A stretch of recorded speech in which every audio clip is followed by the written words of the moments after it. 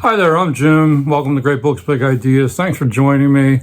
I thought I'd check in with another update on my reading progress. I've been reading a lot lately. I finished 2 books this week, and I did not finish a 3rd book, which I have unhauled. So I want to talk about those 3 books today. The first book I finished was The Maytrees by Annie Dillard. And this is a short novel. It's only a couple hundred pages or so, about 206 pages, a fast read. I read this because I was thinking of Annie Dillard when I was reading Desert Solitaire by Edward Abbey. Both of them write about nature. And this book literally had been just kind of living on the coffee table in the living room for years. It was sort of stuff would get placed on it, like coffee cups that would leak or stain. And I thought, I'm just going to read this. It looks short. Let me give it a shot. I like Annie Dillard. And I thought this was a nice novel. It was very economically written, and it's a very unique writing style. And I'll share a little bit from the beginning of the novel to give you a taste of that. But let me give you some blurbage. Toby Maytree first sees Lou Bigelow on her bicycle in post-war Provincetown, Massachusetts. Her laughter and loveliness catch his breath. Maytree is a Provincetown native, an educated poet of 30. As he courts Lou, just out of college, her stillness draws him. Hands off, he hides his serious wooing and idly shows her his poems. In spare, elegant prose, Dillard traces the Maytrees' decades of loving and longing. They live cheaply among the nonconformist artists and writers that the bare tip of Cape Cod attracts. Lou takes up painting. When their son Petey appears, their innocent bohemian friend Dearie helps care for him, but years later it is Dearie who causes the town to talk. In this moving novel, Dillard intimately depicts nature's vastness and nearness. She presents willed bonds of loyalty, friendship, and abiding love. Warm and hopeful, The Maytrees is the surprising capstone of Annie Dillard's original body of work. And here is our author. This book came out around 2007, I think. And so I don't want to give too much away from this book, but it is sort of boy meets girl. They have a relationship, they get married, have a kid. Boy leaves girl. And then, in a way, the relationship continues from afar. Toby and Dearie, his new girlfriend, they leave Cape Cod for Maine, and they spend decades there, and they have their life. And then something interesting happens at the end of Dearie's life. She's ill. Toby doesn't really have anywhere to turn, so it brings up a very important question. If someone left you, you've been separated, divorced, and then decades later, they really need you to help with something, would you take them back and care for them, actually care for the woman who was instrumental in breaking up your marriage? And that's the decision that Lou has to face. And she answers it in a very compassionate way, maybe in a bigger way than most of us would handle such a situation. But this is all kind of flows naturally, and Annie Dillard narrates the book in a way at a safe distance, and she's very economical with her prose. And so, it moves along. The stories of these people's lives really travels far in time. not so far in space. It's Cape Cod, Maine based.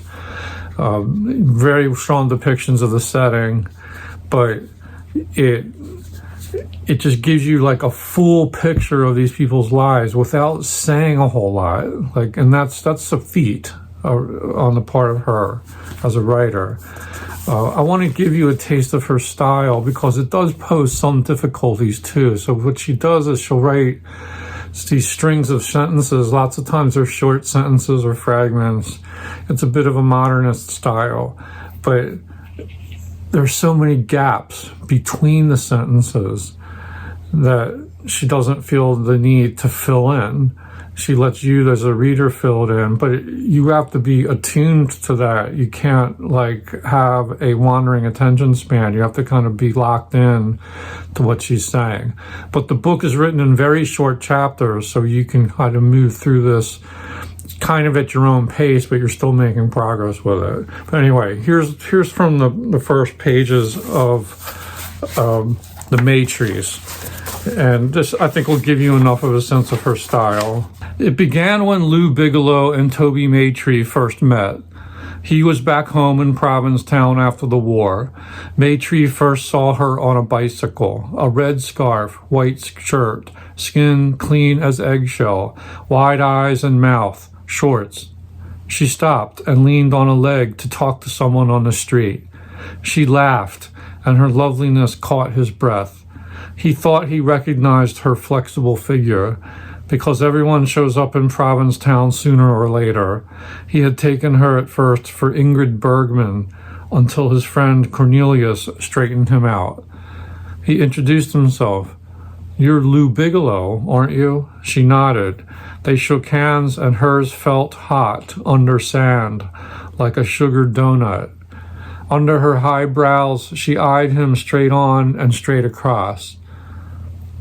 She had gone to girls' schools, he recalled later. Those girls looked straight at you. Her wide eyes, apertures opening, seemed preposterously to tell him, "I and these, my arms, are for you." I know, he thought back at the stranger, this long-limbed girl. I know, and I am right with you. He felt himself blush and knew his freckles looked green. She was young and broad of mouth and eye and jaw, fresh, solid, and airy, as if light rays worked her instead of muscles. Oh, how a poet is a sap. He knew it.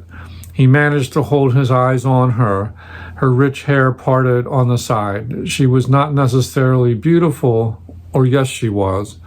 Her skin's luster. Her pupils were rifle bores. Shooting what? When he got home, he could not find his place in Helen Keller. And on it goes. But you see what I mean about the kind of clipped style, the very precise. It's a sort of a muscular prose style, but it's also sparse, little jabs. And this actually is a pretty tight scene, so there's, it's not the best example to share you the narrative sweep of it, where things really kind of move along sometimes from just in one paragraph or from one paragraph to the next.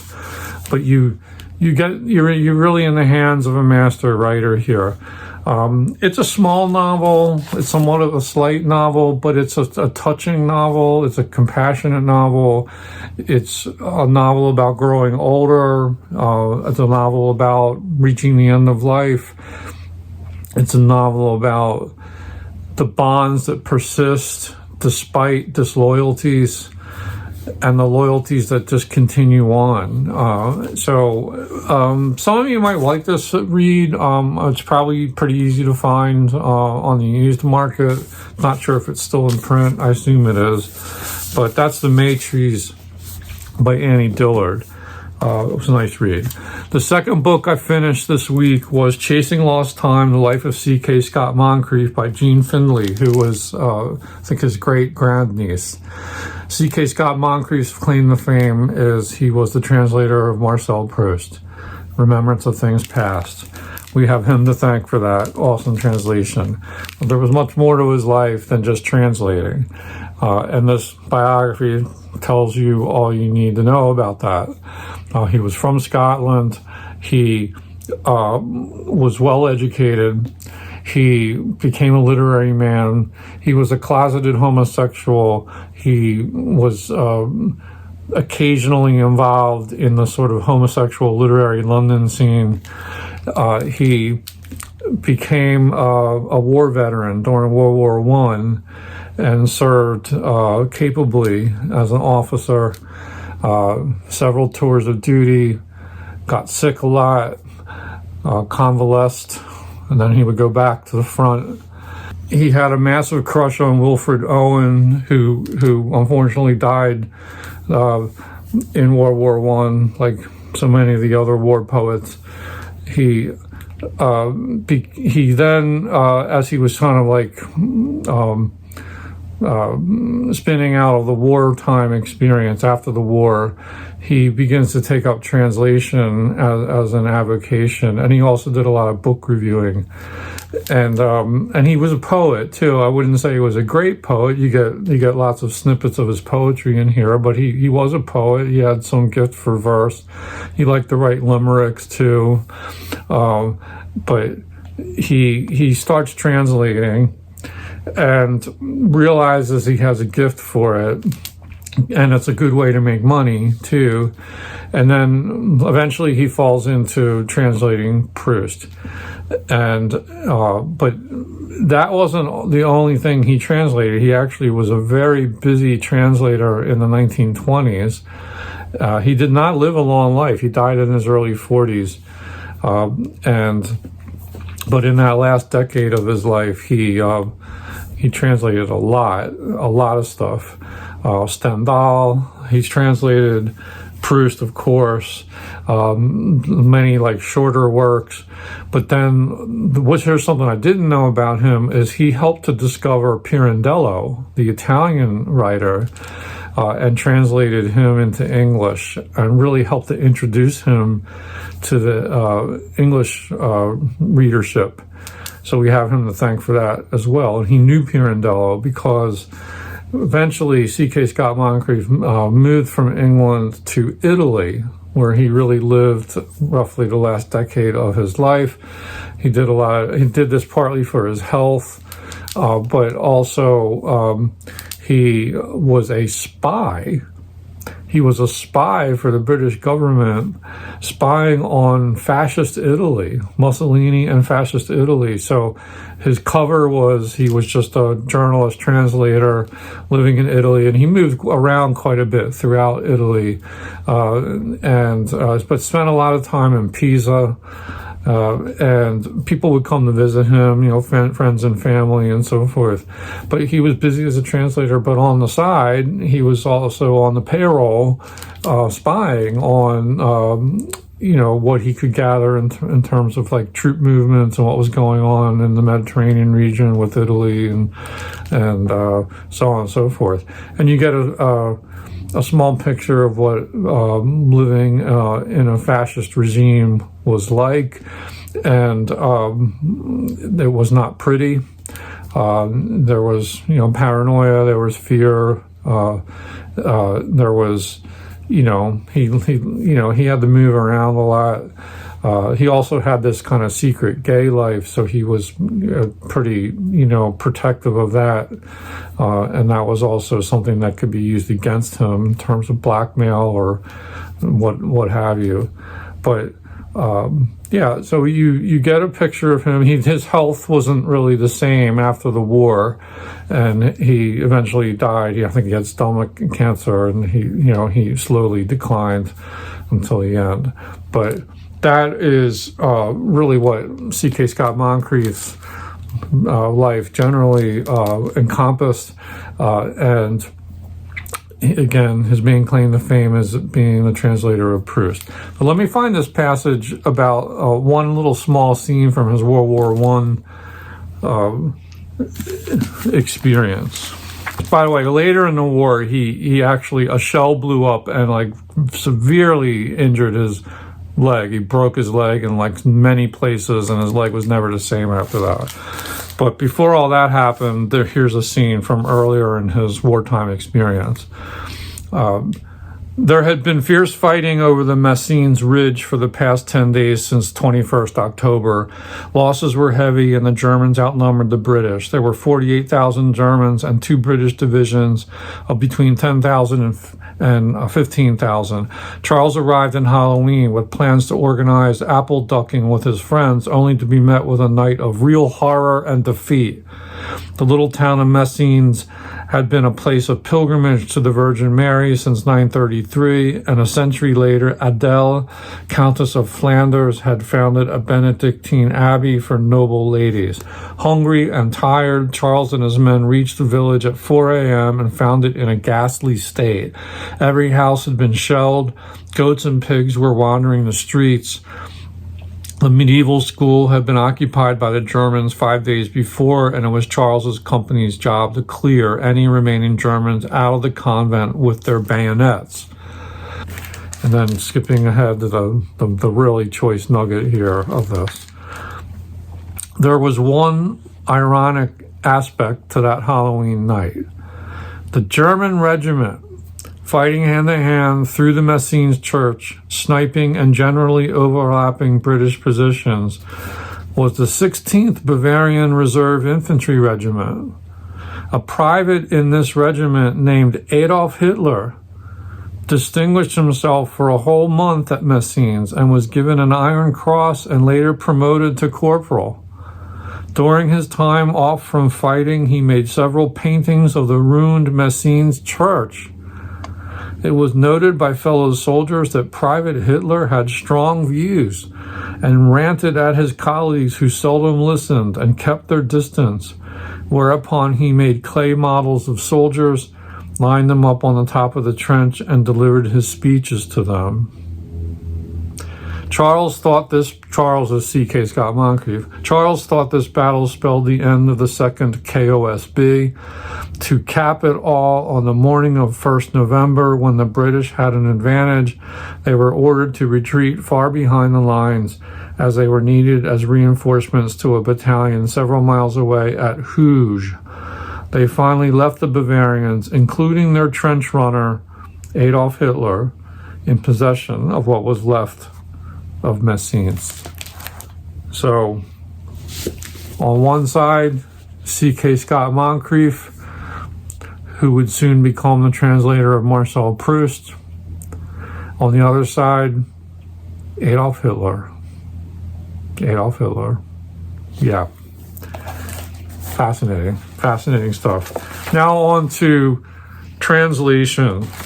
Let me talk to you a little bit about, so much of the biography is not about C.K. Scott Moncrief's translation life, because he didn't really get into this until after the war.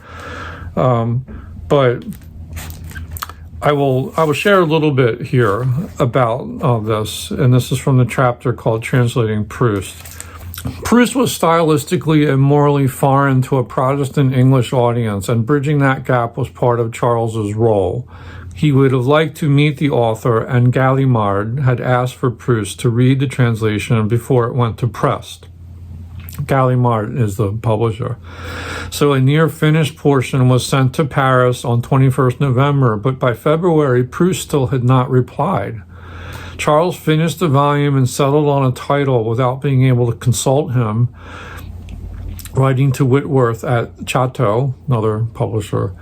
Monsieur Proust will probably have a word to say about the English title of the book and of each volume.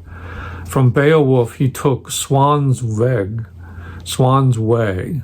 as the title of the first volume, and decided that a line he had chosen from Shakespeare was rich enough in associations to cover the whole multi-volume novel. He knew he could not find an English equivalent, rich in ambiguity, meaning time wasted and time lost, involving memory, and still reflecting the beauty of what the novel contained.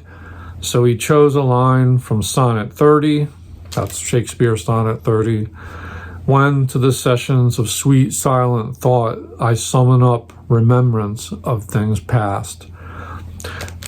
They had still heard nothing from Proust by May, when the volume was at the printer's. Charles, who had just moved from Ebury Street to a room on the Strand opposite the courts of justice and whose things were in a state of chaos, received the first proofs. He was furious. What he was furious about was they were messing up, they were taking out all his commas and everything like that, and he was like very upset about that. So he had to like reinsert all the deleted commas. And to jump down a little bit farther here, there was still no word from Proust. It was exhausting. The commas took their toll on the fragile man, and suddenly in July, Charles was rushed into hospital with appendicitis, operated on and put in a worryingly expensive nursing home. He wrote to Whitworth to ask if Proust was coming to London, as Gallimard had suggested. We should welcome him, you on foot, I on a stretcher, but the revels never took place. Proust was already far more unwell than Charles. He had only a few months to live. Eventually, Proust did write Moncrief. So I want to quote that letter for you. On 10th October, the desperately sick author wrote to thank his English translator. This is Proust's letter. Dear Sir, I have been very flattered and touched by the trouble you have taken in translating my Swan. The miracle is that I can thank you at all. I am in fact so gravely ill, not contagiously, that I cannot reply to anyone. You are the only one of my translators in many languages to whom I have written. Perhaps after seeing the fine talent with which you have done this translation. I have not yet read it all, but just to let you know that I do not leave my bed and take no food, etc. Nonetheless, I have one or two criticisms for you. For example, à la recherche du temps perdu cannot possibly mean what you say. The verses that you add, the dedication to your friends, do not replace the intentional ambiguity of lost time / wasted time, which finds itself again at the end of the work in time regained. As for Swan's way, that can mean du côté de chez Swann, but also à la manière de Swann. If you had added the word to, you would have saved everything. I am sorry I have to write to you in French, but my English is so appalling that no one understands it. How can you criticize, I hear you say, when you hardly know one or two words of English, if at all, in the face of all the praise for my translation? Please give my compliments to your editors for the remarkable way they have had the translation done, and please believe in my good faith, etc. So that's Proust's one letter to Moncrief before Proust died. And then a little addendum here. As he struggled through, however, Proust was, according to his first biographer, George Painter, more and more pleased by the beauty of the translation, and even more so by the press cuttings from the London reviews, which tended to declare the translation superior to the original. Meanwhile, as Charles was basking in success, Proust died, emaciated and febrile from pneumonia, holding the hand of his faithful servant Céleste on the evening of 18th November 1922. His final word was mother. At his funeral, with full military honors, as was due a Chevalier of the Légion d'honneur, were all the great and the good of the French literary world. However, the state of the remainder of the novel was shaky. So this, obviously this novel came out in multiple volumes, and the later volumes did not come out until after Proust had died. And there was a lot of fretting over the Sodom and Gomorrah book because of its frank descriptions of homosexuality and lesbianism. So Moncrief was worried about censorship in Britain, which was a real concern. And the American publishers weren't as concerned about that. He had easier time getting it to press. But there was a lot of back and forth. And it partly explains why in his translation he has to soft pedal some of those more explicit scenes because he's trying to dance around the censors.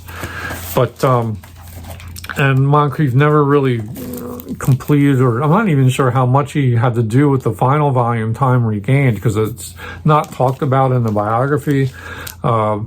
He was translating so many other things, and like Proust was just one of many, but he didn't quite, if he had a hand in it at all, it wasn't very much. And then Stephen Hudson like helped to complete the project. Anyway, that is Chasing Lost Time, C.K. Scott Moncrief. I learned a lot about it. You get a lot of, it's kind of like, he's sort of a minor figure in literary history in England, but an important figure. And it's nice to see some translators get the attention that they deserve, because they play such an important role in sharing with us in English the riches of the rest of world literature. What would we do without our translators? Now, on to the book I gave up on, and that would be Harold Brodkey, Stories in an Almost Classical Mode. I got about halfway through this chunker, and I decided no more. Now, why? I very rarely give up on a book, but I think it's going to maybe happen with more frequencies these days now that I'm getting to be an older reader. Time is short, and I don't want to waste time on books that aren't quite delivering the goods for me. So I'll get this out of the way. Harold Brodkey was a talented writer, talented American Jewish author from the Midwest. He ends up going to Harvard, and he ends up being part of like the New York City literary scene. He wrote umpteen numbers of short stories for the New Yorker. He was a made man in that sense. His first book was a small collection of short stories called First Love and Other Sorrows. And this is a reprint of it that came out as part of the Vintage Contemporaries series. And there's Brodkey. My wife and I read this book, I don't know, was it probably in the 1990s? And we both liked it a lot. And this was very highly regarded. It came out in the late 1950s. People thought, this guy is like, his star is in the ascendant. This guy is going to be, a literary superstar in American literature. And, a lot of these are stories about childhood, like growing up in St. Louis.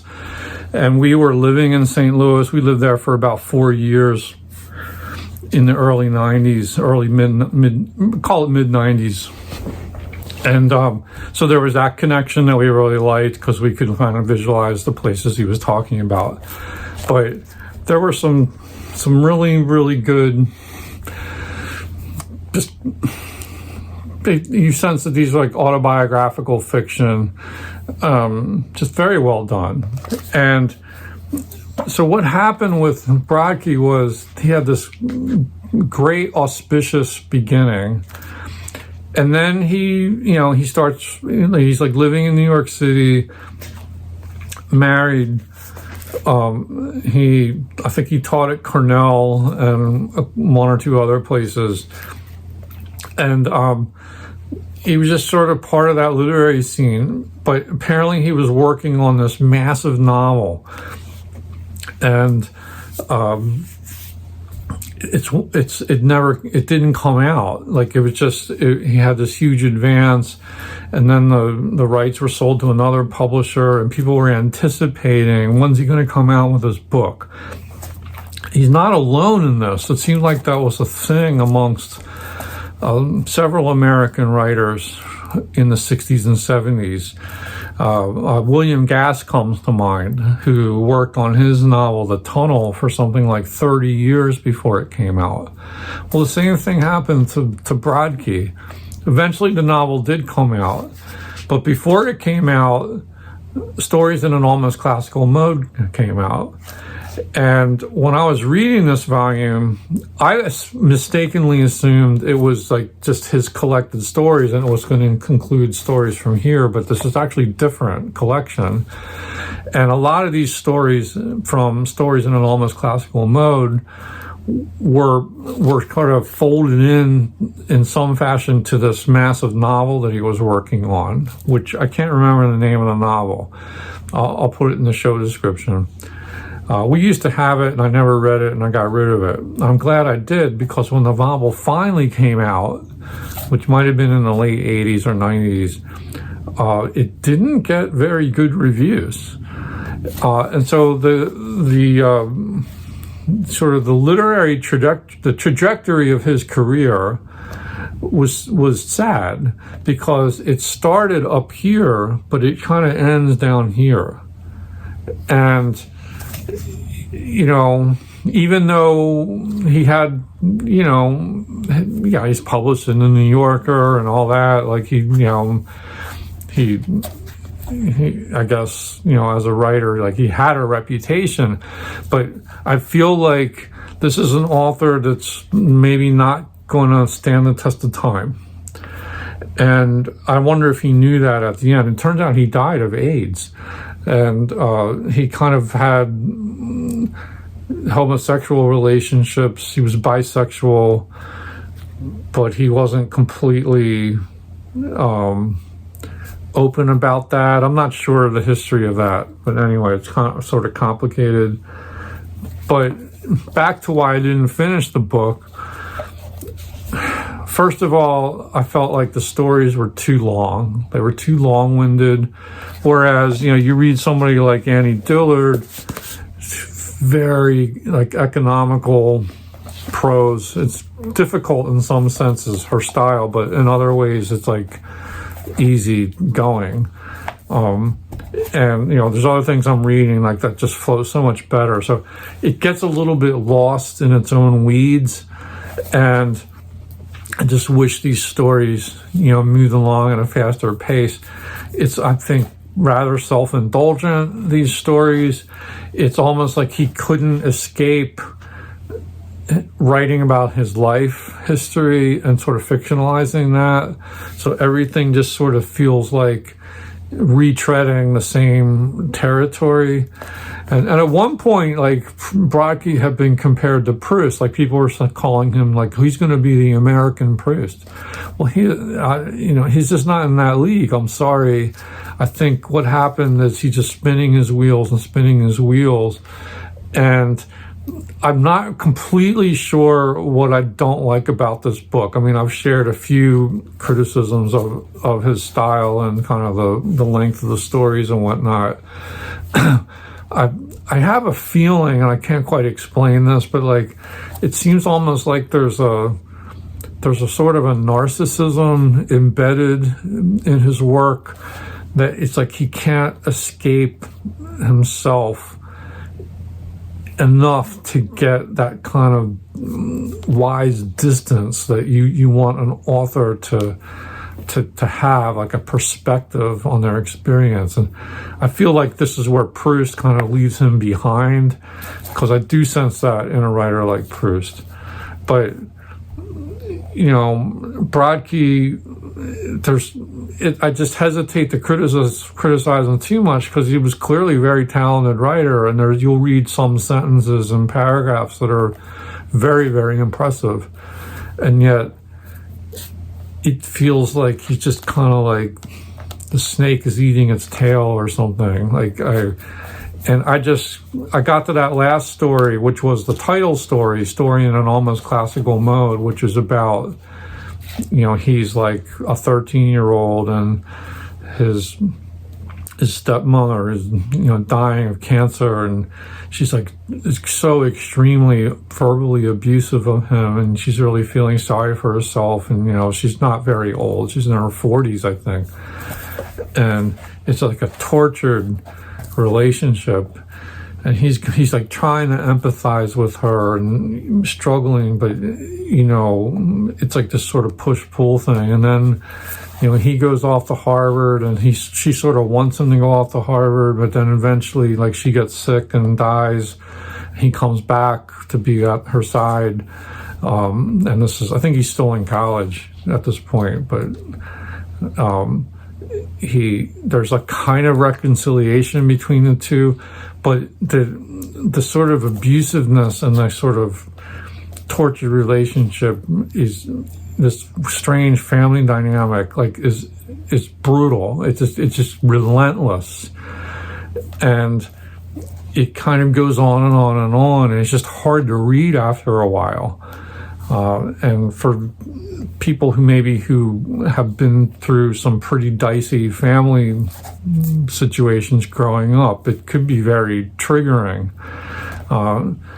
And it just was painful. Like, the whole thing was kind of painful, and the ending was like, I don't know, it just ultimately didn't win me over. But this was just one story. Like, there's other stories that sort of gave me that feeling a little bit too, or I had like problems with them for other reasons. Like, one was just like relentlessly obsessed with sex, and orgasms and like, it's just too much, like laying it on too thick, too self-absorbed, too pretentious. And it's just work that is in want of a more ruthless editor, I think, who could sort of shepherd him along and kind of, maximize his talent and minimize his excesses. But for what it's worth, I can see some people maybe really liking Harold Brodkey, and if you do, like, weigh in the comments and tell us all about it. Make your apology for him. But I just realized I wasn't getting the bang for the buck, so I pulled the plug. I pulled the plug on Harold Brodkey, and I dropped him off at the little free library for someone else to take a shot at. I hate to do that.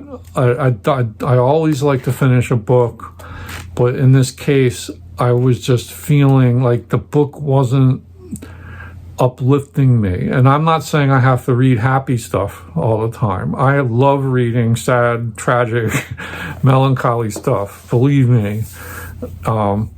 Dark is fine in my book, but there's kind of like, there's dark, and then there's this kind of like something that's sort of so insular that I feel like the writer just needs to go into therapy or something and then come back and write the book that is in them.